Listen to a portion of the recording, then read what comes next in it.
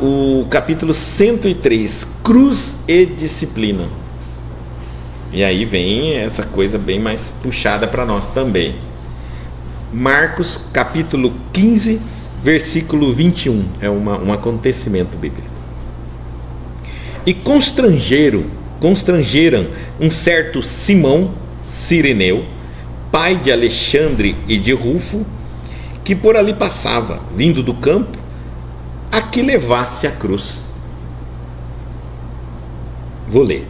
Muitos estudiosos do cristianismo combatem as recordações da cruz, alegando que as reminiscências do Calvário constituem indébita cultura de sofrimento. Asseveram negativa a lembrança do Mestre nas horas da crucificação entre malfeitores vulgares. Somos, porém, daqueles que preferem encarar todos os dias do Cristo por gloriosas jornadas e todos os seus minutos por divinas parcelas de seu ministério sagrado, ante as necessidades da alma humana. Cada hora da presença dele entre as criaturas reveste-se de beleza particular, e o estante do madeiro afrontoso está repleto de majestade simbólica. Vários discípulos tecem comentários extensos em derredor da cruz do Senhor e costumam examinar com particularidades teóricas os madeiros imaginários que trazem consigo. Entretanto, somente haverá tomado a cruz de redenção que lhe compete aquele que já alcançou o poder de negar a si mesmo, de modo a seguir nos passos do divino Mestre. Muita gente confunde disciplina com hilo espiritual. Apenas depois de havermos concordado com o jugo suave de Jesus Cristo, podemos alcançar aos ombros a cruz que nos dotará de asas espirituais para a vida eterna. Contra os argumentos, quase sempre ociosos, dos que ainda não compreendem a sublimidade da cruz, vejamos o exemplo do Cireneu nos momentos culminantes do Salvador. A cruz do Cristo foi a mais bela do mundo. No entanto, o homem que o ajuda não a faz por vontade própria, e sim atendendo requisição irresistível. E ainda hoje, a maioria dos homens aceitam as obrigações inerentes ao próprio dever, porque a isso é constrangida. Nós ainda agimos mais por constrangimento, muita coisa, do que por consciência mesmo. Essa é a verdade. Até o bem. Muitas vezes a gente faz o bem por vergonha de ser chamado, se eu fizesse o que eu queria, que é a maldade, e eu ser enxergado como uma pessoa má. Eu não estou fazendo bem pelo meu coração, eu estou fazendo bem para ser visto de maneira diferente. Então, cruz e disciplina. E constrangeram um certo Simão Cireneu, que é uma cidade do sul da África, é o Líbano atualmente, mais ou menos ali naquela região, é por ali, é no Líbano, pai de Alexandre de Rufo, que por ali passava vindo do campo a que levasse a cruz. Ou seja, todo mundo vai, leva a cruz, ajuda ele. Quem não precisa de um Cireneu na vida, carregando as nossas cruzes nesse planeta? A gente sempre precisa de um Cireneu. Todos nós precisamos de Cireneu. Vira e mexe, eu estou pedindo para ele ajudar eu a carregar a cruz. Muitos estudiosos do cristianismo combatem as recordações da cruz, alegando que as reminiscências do Calvário constituem indébita cultura de sofrimento. Eu já vi muita gente falar que os cristãos ficam com aquelas imagens de sofrimento de Jesus, a cruz, a chicotada, quando saiu aquele filme bonito, Paixão de Cristo. Então as pessoas que mostraram aquelas cenas terríveis de sofrimento de Jesus, muitas pessoas acusaram os cristãos de que são pessoas que ficam venerando, lembrando e vivendo só essas cenas de sofrimentos horríveis, como se a gente idolatrasse o sofrimento advindo da história do Cristo. E diz assim: asseveram negativa lembrança do mestre nas horas da crucificação entre malfeitores vulgares. Ou seja, nós não deveríamos nem lembrar disso, como se a vida de Jesus fosse um mar de rosa. Existem teorias na cabeça das pessoas que é o seguinte: é melhor não lembrar das coisas ruins. Mas se nós esquecermos as coisas ruins, como é que vamos aprender com ela? E se esquecermos, qual é a possibilidade de nós repetirmos ela novamente? A gente precisa lembrar das coisas ruins e também do aprendizado, para não repetir. Muitas vezes eu posso esquecer das coisas ruins históricas, desde que eu já tenha armazenado em mim o aprendizado necessário. Somos, porém, daqueles que preferem encarar todos os dias do Cristo por gloriosas jornadas e todos os seus minutos por divinas parcelas de seu ministério sagrado, ante as necessidades da alma humana. E aqui ele está batendo duro, né? O cristão lê a história do Cristo, o sofrimento, as horas de Jesus, todas elas com uma forma gloriosa de ensinamento.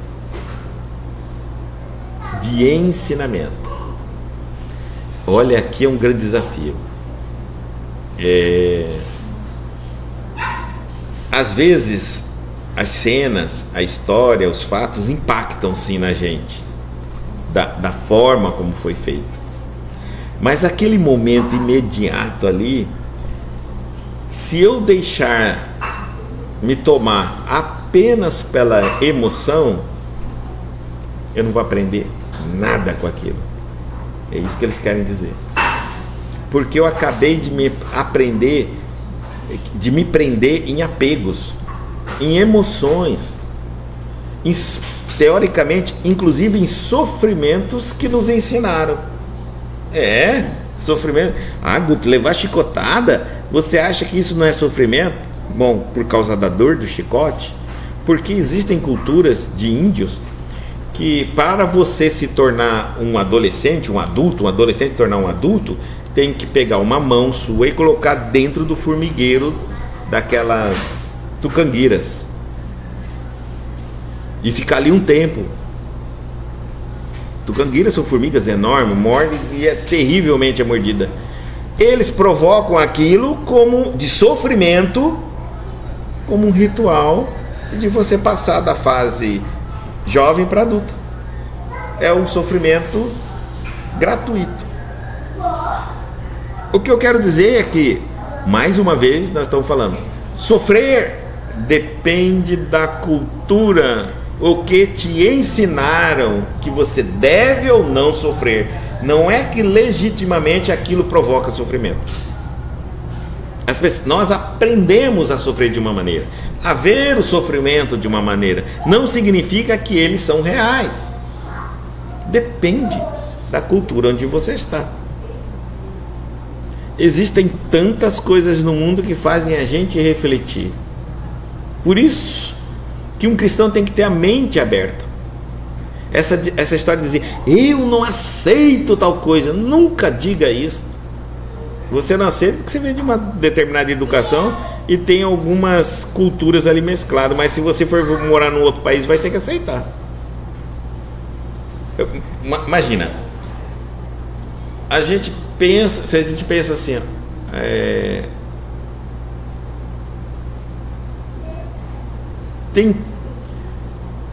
desde pequeno nos ensinaram muitas coisas, ou através das palavras ou através das nossas observações. Fora isso, nós sofremos influência no grupo onde nós estamos.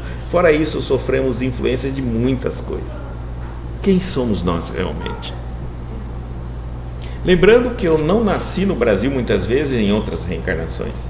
E se de repente eu fui dessa tribo onde eu tinha que, para me tornar um adulto, enfiar uma mão dentro de um formigueiro de tucangueira.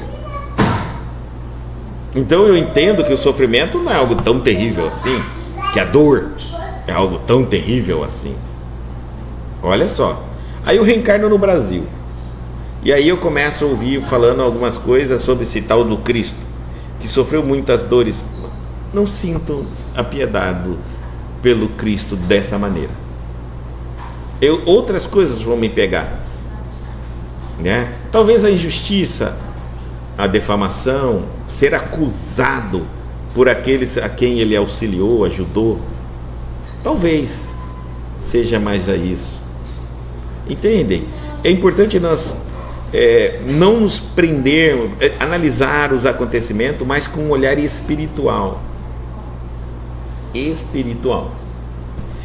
E aí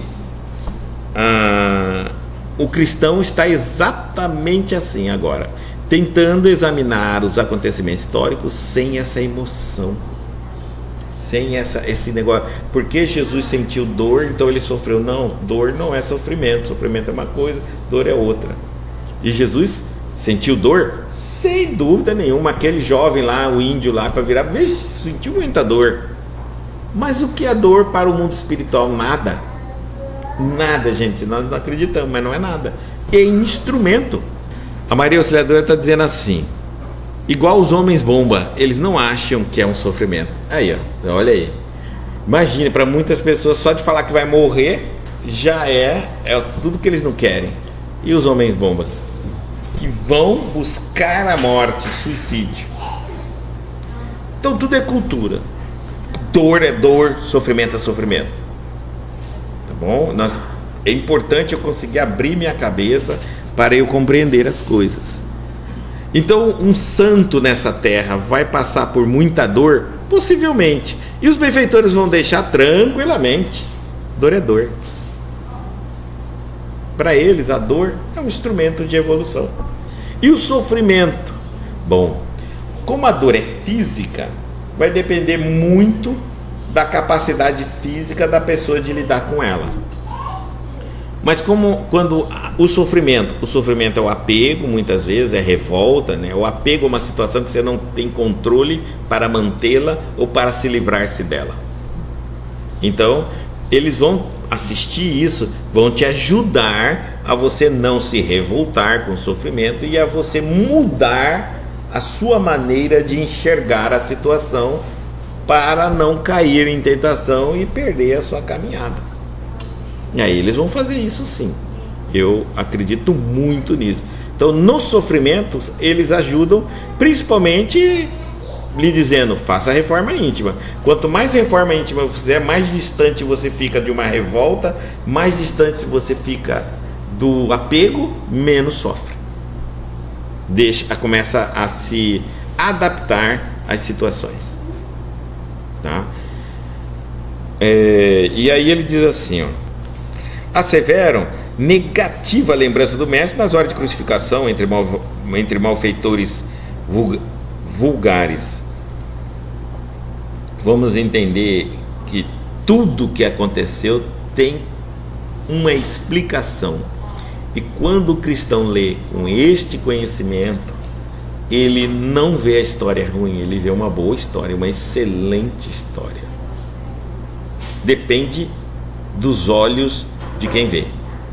Jesus entrando com um cobrador de imposto na casa de Ezequiel, todo mundo falando: como cobrador de imposto, o cara nos explora tudo. E aí o que Zaqueu fala? Se alguém provar aqui que eu tirei algo indevidamente de alguém, eu dou 4 vezes mais o valor que ele perdeu. Ninguém comprova. Então, os olhos de quem vê, não é a verdade. Mais uma vez vai estar pegando um ganchinho lá no César, nós e César. Cuidado, né? Depende dos olhos de quem vê. Então,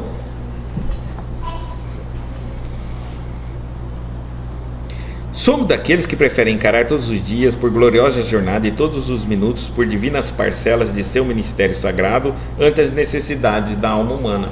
Enxergamos toda a vida, a trajetória de Jesus com grandes ensinamentos. Os ensinamentos são tão grandes, tão profundos, que o que ele passou já foi. E dou graças a Deus por ele ter conseguido passar. Porque se ele não conseguisse, nós não teríamos este aprendizado que nós temos. Agradeço muito a ele, né? Poderia ser diferente? Talvez pudesse ser diferente, mas não foi. Desapegar de um passado é muito importante, porque hoje nós estamos falando isso na época quando saiu o filme Paixão de Cristo. Muitos iam falar dos seus depoimentos, que choraram, que entraram em depressão, que o quanto se impactaram emocionalmente com o filme. Talvez tenham alguma lembrança de que participaram em outras existências, pode acontecer, e aí chocaram bastante. Mas eu acredito que nós ficamos muito focados nos acontecimentos e não nos ensinamentos provenientes dos acontecimentos. E isso é muito importante para nós. Como se eu pudesse falar hoje da vida de Chico Xavier, muito difícil, muito sofrido, muito pobre, e eu falaria dele, aí alguém perguntar para mim: você já leu os livros psicografados? Eu falei: não, nunca li. O que adianta tudo isso? O que adianta eu ter pena ou sentir algo por alguém que Deus permitiu, que os bons espíritos autorizou, que os anjos aceitaram, que foi um acordo, que está além da minha capacidade de compreensão, e deixar escapar o que é a principal de tudo que ele passou, os ensinamentos. Isso é importante para nós. Então, vamos lá. Agora, por que nós estamos falando isso? Porque eu acho que eles tocaram. Porque vamos lá, eu tenho uma imagem de Jesus crucificado na minha sala. Vamos supor aqui. Está lá ele crucificado, todo sanguentado, com a lança, com o furo, tudo. Depende de quem vê. Tem gente que chega e fala assim: você tem isso aqui nessa sala? Eu acho meio deprimente isso aí. Toda hora você encontrar com isso não te deprime? Outro vai falar assim: eu acho legal tudo, eu prefiro ter a foto de Jesus tudo curado, sem nada passar por isso, emitindo um raio das mãos. Vai depender. Porque eu posso ter uma foto dele crucificado, todo sanguentado, e dizer: meu Deus, ele conseguiu me ensinar tudo isso. Esse é meu mestre. Esse é aquele todo assim glorioso e tal, e todo bonito. Esse é o que ele sempre foi. Mas aqui é o que ele se tornou para mim. Esse é o momento em que eu o conheci assim. Eu não conheci ele assim, bonito, saindo raio iluminado, anjo, né? Eu conheci ele assim como um homem. E ele me ensinou como homem a viver o que é certo e correto. Então eu não vejo ele crucificado, eu vejo ele em muitos ensinamentos. E o outro é o que ele era. Esse eu não conheci. Aliás, eu olho para aquele homem que não está crucificado, saindo raio pelas mãos e tudo mais, bonito, e digo: quem é ele? Porque se eu não conseguir entender nem ele, homem, quanto mais vou entender aquele arcanjo, quem ele era antes de estar conosco aqui e quem ele é hoje. Está longe da minha compreensão. Não conseguiu entender. Mas eu entendo aquele homem, porque as ações dele como humanos é que me fez ver que ele é sobre-humano, que ele é além de um humano. O que ele sofreu como homem é que me torna, que me faz ver glorioso. E não, eu vejo às vezes uma imagem aí de anjo Gabriel, Ismael, um monte de anjo que tem bastante, um com escudo, um sem escudo, com espada, sem espada, um com asa, outro sem asa. Eu não conheço. Eu olho para ele e falo: anjo tem vida boa. Eu não vi nenhum deles sofrerem. Maria sofreu. Então, esses que se tornaram igual a nós, que estiveram do nosso lado, que sofreram como nós e fiel aos seus ensinamentos, para mim não são histórias tristes, são histórias de superação, de exemplo do que eu posso ser. Ele trouxe Quando a gente olha para o Cristo, a gente tem que ver a nossa imagem. Olha lá, ó, o que eu posso fazer. Olha o que eu sou. Ele mesmo disse: sede perfeito. Teu Pai é perfeito. Perfeito. Então, olha, continuando, vários discípulos tecem comentários extensos em redor da cruz do Senhor e costumam examinar com particularidades teóricas os madeiros imaginários que trazem consigo. Em toda a explicação, quem quer que teoriza sobre os acontecimentos, naturalmente traz também, quando a gente põe a nossa opinião, algo que traz dentro de si mesmo. É verdade. Toda vez que você olhar e teorizar sobre aquela imagem, o acontecimento ou a história, parte também está muito ligada a você profundamente. Isso é normal. Entretanto, somente haverá tomado a cruz de redenção que lhe compete aquele que já alcançou o poder de negar a si mesmo, de modo a seguir nos passos do divino mestre.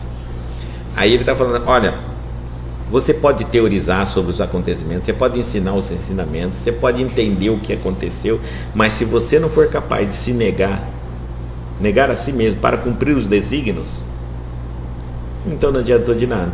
E aí entra a primeira lição.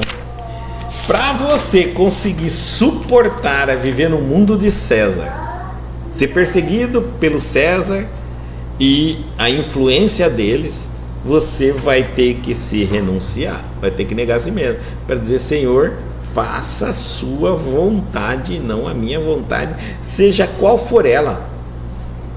Pode ser que venha acontecer comigo a coisa que eu mais temo na minha vida, a coisa mais difícil, mas se for o Senhor, eu aceito. Eu renuncio à minha vontade. Minha vontade é que tudo fosse tranquilo, melhor, mas a tua não é essa.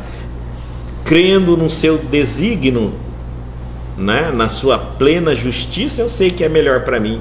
Pode ser hoje ruim, mas lá na frente é melhor. E aí eu recupero meu fôlego de novo.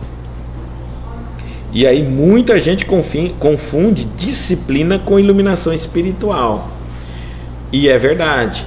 Eu ser disciplinado não é evolução. Disciplina é o degrau para a nossa evolução. Eu tenho que me tornar disciplinado. A disciplina me leva a isso. Olha, Emmanuel falando a Chico que ele tinha 3 condições para trabalhar com Chico. E Chico fala: quais ela? Primeira, disciplina. E a segunda, disciplina. E a terceira, disciplina. Porque é a disciplina que faz com que a gente avance. Sem disciplina não existe. Tá? Não tem como você avançar. Tudo que você vai começar, você vai parar. São só investimentos ou investidas, mais nada. Então ele diz assim: e iluminação o que é? Aí ele vai falar: apenas depois de havermos concordado com o jugo suave do Cristo. Jugo, não julgo. Jugo suave do Cristo, podemos alcançar aos ombros a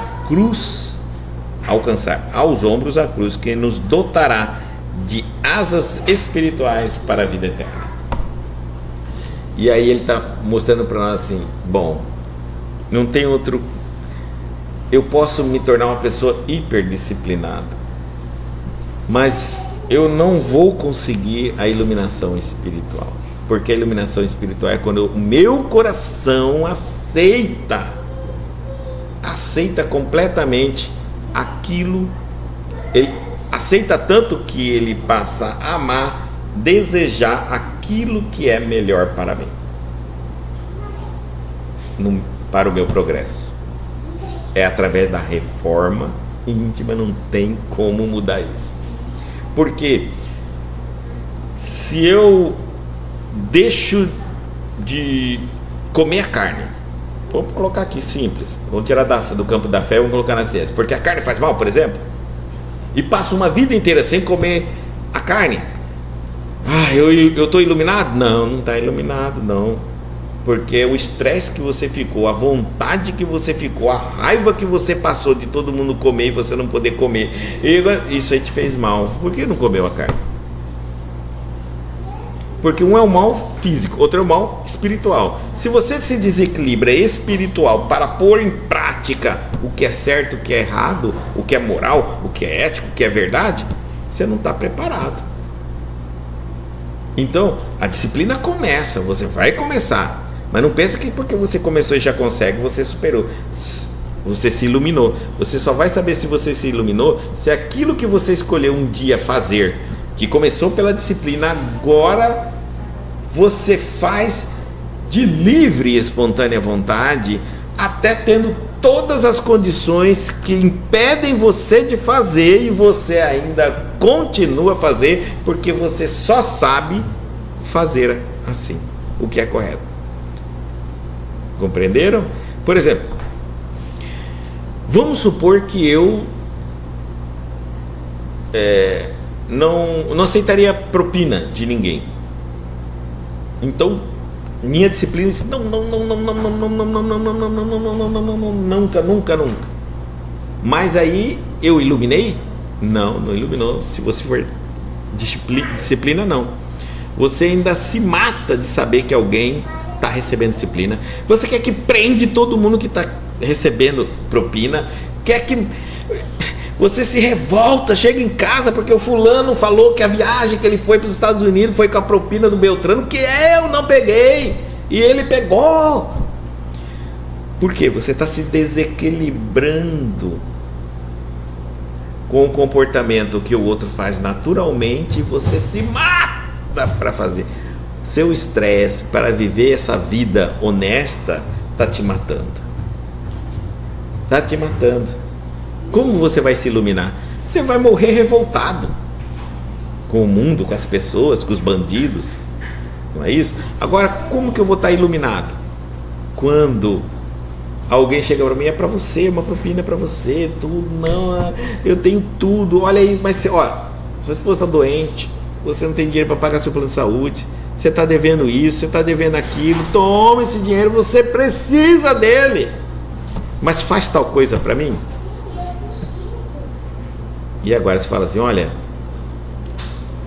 não, porque se o dinheiro, se eu fizer, primeiro que eu não consigo, mas se eu me esforçar para colocar todas essas justificativas que você me deu e torná-la correta, e fizer, eu nunca mais sentirei em paz. Agora você provou que você está iluminado. Você não sofre por recusar, você não condena ninguém por aceitar, você não persegue os que aceitam, não te incomoda ninguém te oferecer e ninguém te aceitar na sua frente. É capaz de a pessoa ainda falar: Guto, pega essa propina aí para mim no balcão que o fulano deixou. Você pega e dá para ele sem problema. Eu vou mostrar como cigarro. Tem pessoa que está parando de fumar, meu Deus do céu, ela persegue, ela fala mal de todo mundo que fuma. Se ela entrar no restaurante, ela faz um escarcéu. Se uma pessoa acender um cigarro fora do restaurante, a fumaça entra ali dentro. Ela vira o perseguidor. Essa está na disciplina. Mas quando ela larga, acabou a vontade dela fumar, ela nem mais percebe o cheiro, nem se incomoda quem fuma, quem não fuma, não estava nem aí.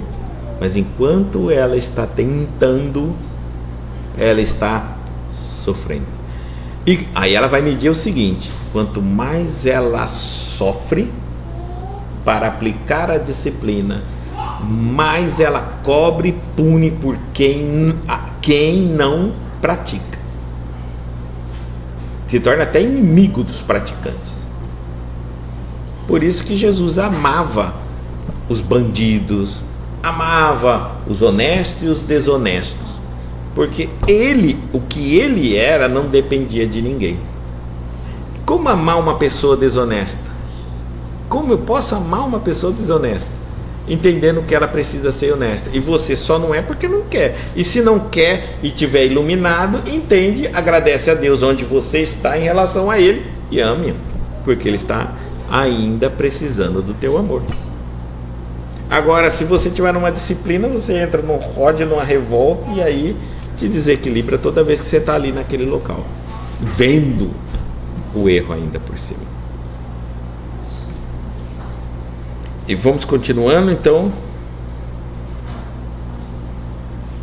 E aí que ele diz: apenas depois de havermos concordado com o jugo suave de Jesus Cristo, podemos alçar os ombros à cruz,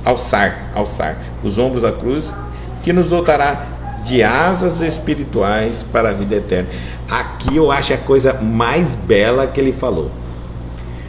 Já pensou o dia que nós conseguimos olhar o Cristo numa cruz e não enxergar o madeiro, mas ele porque aquele é o portal, né?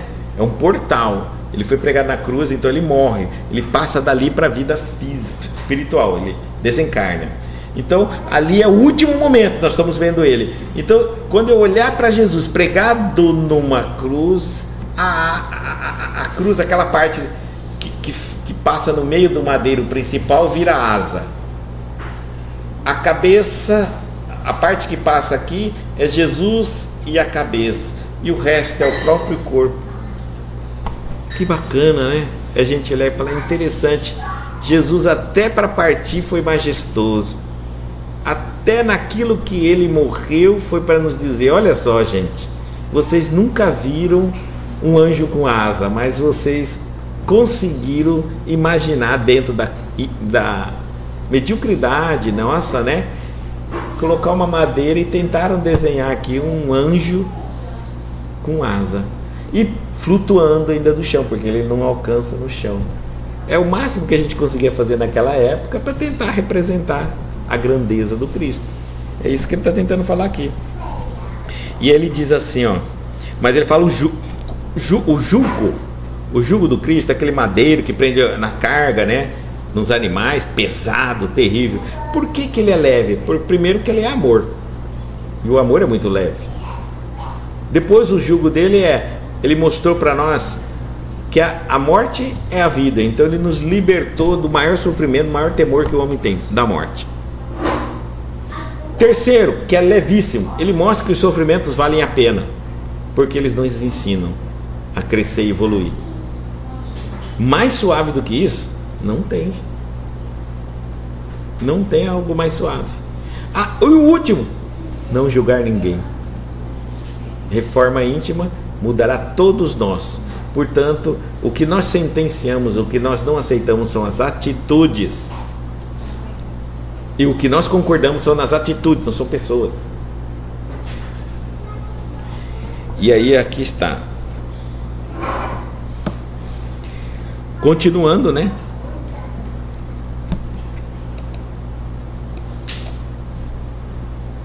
Contra os argumentos, quase sempre ociosos, dos que ainda não compreenderam a sublimidade da cruz, vejamos o exemplo do Cirineu, nos momentos culminantes do Salvador. A cruz do Cristo foi a mais bela do mundo. Mais bela do mundo. No entanto, o homem que o ajuda não faz por vontade própria. O Cirineu não faz, foi, né? E sim atendendo à requisição irresistível do povo ali. E ainda hoje, a maioria dos homens aceita as obrigações inerentes ao próprio dever, porque a isso é constrangida. E eu falo aqui, agora eu posso incluir, qual é o nosso dever? Dever não são compromissos, tá? O nosso dever é o espiritual. Nós reencarnamos com deveres espirituais que deixamos de lado para assumir compromissos do mundo. Então, quando você pensa assim, por que eu vou aprender determinada coisa? Por que eu vou na igreja, no templo, no centro espírita? Porque é o meu dever a evolução espiritual. Mas os compromissos do mundo eu assumi depois que eu nasci. Dever eu assumi antes de nascer. Eu tenho que cumprir. Compromissos eu mudo, eu assumi depois. Se isso está me atrapalhando, tiro para cá. Se aquilo está me atrapalhando, é porque eu preciso cumprir o meu dever. Obrigações são obrigações. Eu tiro elas todas, mudo de ordem. Hoje é obrigação e amanhã não é mais. Dever é dever, vivo ou morto. Quando eu partir, continuo com o mesmo dever. Evolução, reforma íntima, aprender cada vez mais a me tornar um espírito melhor e mais evoluído. E as minhas obrigações terrenas, todas vão desaparecer com a morte. Casamento, paternidade, maternidade, profissional, tudo acabou.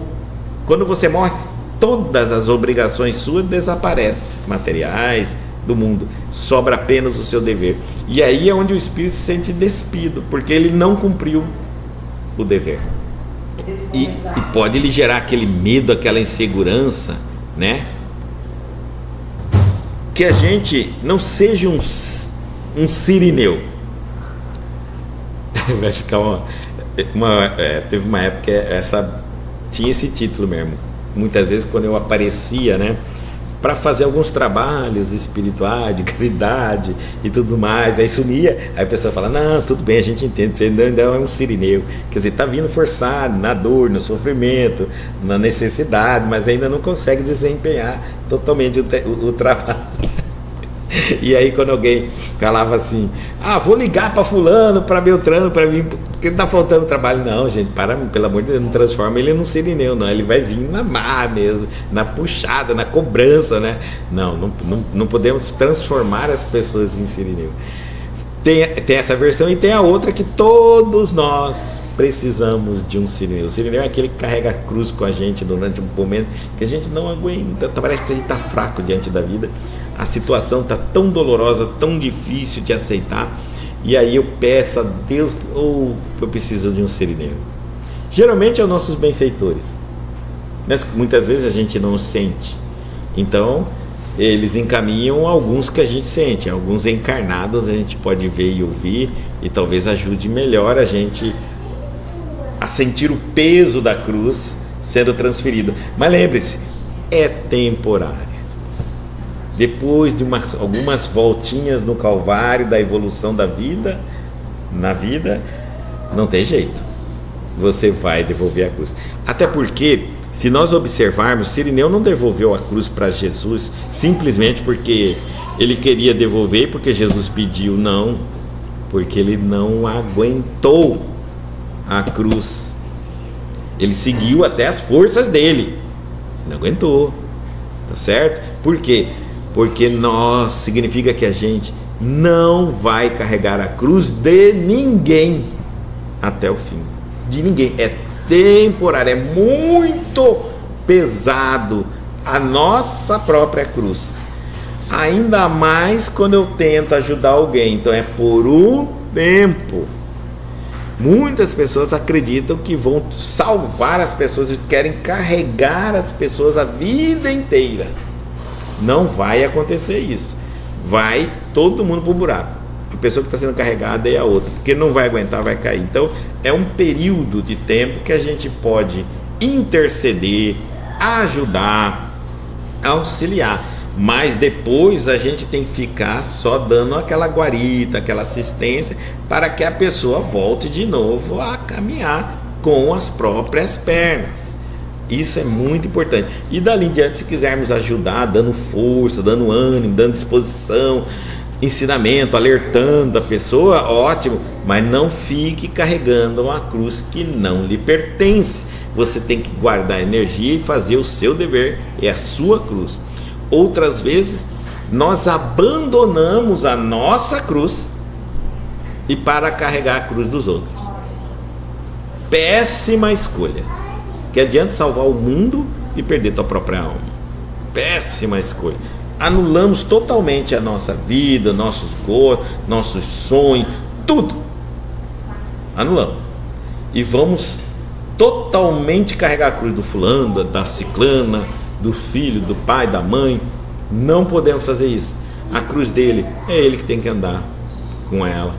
Nenhum dos dois evolui, nem a cruz de quem você carrega e nem você, porque você abandonou a tua e ele não carregou a dele, quem carregou foi você. A cruz dele não te ensina nada.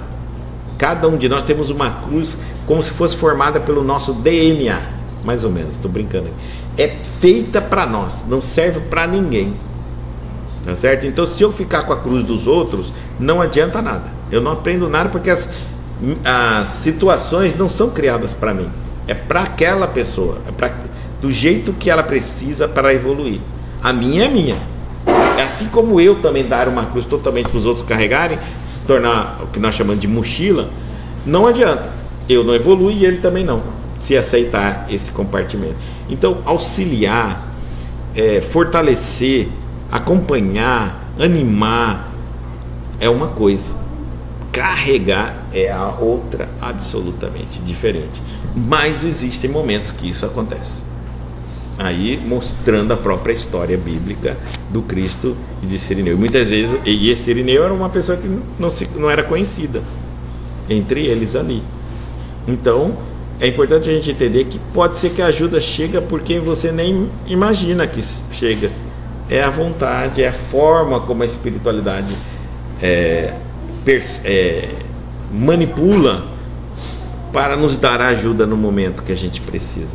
Muitas vezes nós achamos que não recebemos ajuda porque estamos formatados querendo só de um jeito aquela ajuda, e a ajuda às vezes já passou, já veio, e nós não soubemos aproveitar porque não foi da maneira como a gente quer. Mas é difícil ela não vir, hein? Difícil. Imagina se Jesus fosse exigente, hein? Na hora que ele caiu, ele fala: bom, eu já sou o mais evoluído desse planeta, só um anjo para me ajudar aqui. Eu quero um anjo materializado, porque tem pessoas que só querem de toda forma que um espírito materializado apareça para ela e fala o que ela tem que fazer. Jesus, que era Jesus, não exigiu isso, e ó, que se ele pedisse, viria, tá bom? Então ele nem exigente foi. A cruz dele, quem carregou foi o Cirineu. Quem era para Jesus? Desconhecido. Difícil ser um espírito desconhecido para um Cristo, mas naquele momento humano, para Jesus ele era um desconhecido, para o Cristo não, ele sabia. Então apareceu ali naquele momento. Por que foi Cirineu? Tem um monte de gente ali. Interessante, né? Por que ali não, né? Por que tinha que escolher aquele? É o que mostra para nós que muitas vezes quem auxilia, o Cirineu, teve, quando alguém nos pede ajuda, alguém está dizendo assim: ó, eu estou com um problema, que eu estou te dando o privilégio nesta vida de ser alguém que pode me ajudar. Nesse momento, ser melhor do que eu. Estou te dando. Eu estou te dando o poder disso, porque a pessoa está abrindo, porque a gente dá poder às pessoas de nos desequilibrar, de nos deixar com raiva, deixar irritado, mas também a gente dá o poder às pessoas de dizer: me cure, me ajude, me auxilie. Então eu estou autorizando você a fazer isso. Olha o privilégio que ela está te dando. Milhões de pessoas, você recebe o privilégio de um outro ser igual a você, ambos filhos de Deus, e diz: você pode me ajudar. Toma, estou te dando a chave, o poder de entrar nesse mundo da minha mente e me ajudar. E a gente pensa que caridade é algo eu faço para os outros, né? Não, é o privilégio. Aí às vezes eu falo: não quero, não ajudo, pulo fora, perdi o privilégio. Porque ele podia dizer assim para Jesus: não, eu não vou entrar nessa não, tenho o que fazer, dá licença, passei aqui, não.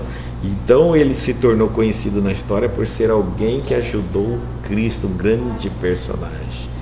Tem história de Cirineu lá na frente, as reencarnações dele e tudo mais, tá? Então ele se torna uma pessoa muito conhecida. Nós podemos nos tornar muito conhecidos para nós mesmos ao lembrarmos, depois que desencarnarmos, a quantidade de pessoas que auxiliamos, que atendemos o chamado, que puxamos a cadeira, que ajudamos, que falamos algo que deveria ouvir.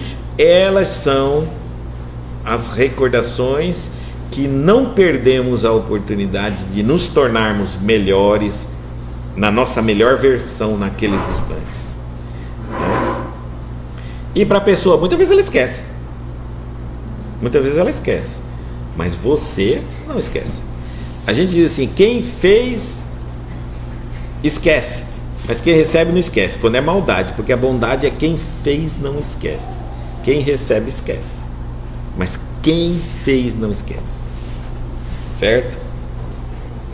Que a gente não aceite constrangidos os nossos deveres e cumpra eles de livre e espontânea vontade. A gente pode ser constrangido pela dor, pelo sofrimento, pela dificuldade, pelas pessoas. Espero que a gente consiga cumprir os nossos deveres espirituais, cristãos principalmente, aproveitando as milhões de oportunidades do mundo, nesse mundo como ele é. Vixe, não falta oportunidade de eu fazer o meu melhor.